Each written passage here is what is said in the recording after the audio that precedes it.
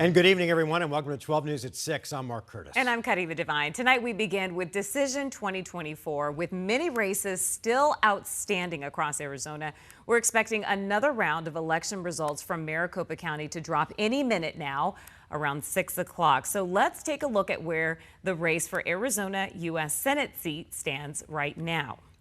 In the Senate, it is still Ruben Gallego on top by about 2 percentage points, but over the last 24 hours or so, his lead has dwindled. We'll continue to track that.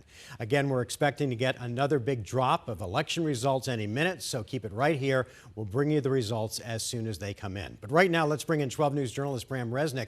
Bram, you've been tracking these results since Tuesday night. The race between Ruben Gallego and Kari Lake is tightening. What's on your radar for this weekend? Well, Mark, hundreds of thousands of ballots still left to count statewide. The U.S. Senate race between Democrat Ruben Gallego and Republican Kari Lake is far from over. Gallego's lead has shrunk by 25,000 votes to 35,000 since Election Day. It will likely shrink further. 4 buckets of ballots will decide the winner. Here they are. The first bucket of ballots is filled with votes from Republican counties, Kari Lake strongholds, Yavapai, Cochise, Pinal, Yuma, and Mojave.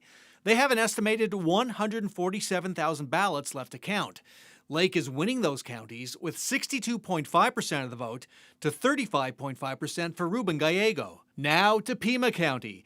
The blue county has 106,000 ballots left to count. Gallego is winning Pima with 60% of the vote to 37.5% for Lake. Maricopa County, the state's largest, has 2 buckets for its 450,000 uncounted ballots. About 225,000 are early ballots mailed in by last Friday.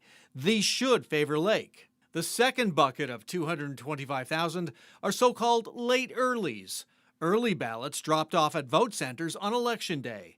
That batch appears to be more favorable for Gallego. Gallego leads Lake in Maricopa County by 51% to 47%. Now, those late earlies in Maricopa County could be the last ballots counted. The order of the results updates is random across the state, though Maricopa is now doing it twice a day. Doing some back-of-the-napkin math, at some point in the next 48 to 72 hours, don't be surprised if Ruben Gallego and Kari Lake are tied, if only for a few hours. And Bram, we're seeing a lot on social media about making sure that voters get to see their ballots cured. What does that mean when you say cured? Well, it doesn't mean they're sick. Ballot curing allows voters to respond to election officials' questions about their early ballot envelope signatures. Typically, campaigns are chasing down their voters in these hours to answer those questions and chalk up a vote. But early ballot counting is still happening, and the deadline to cure ballots is this Sunday.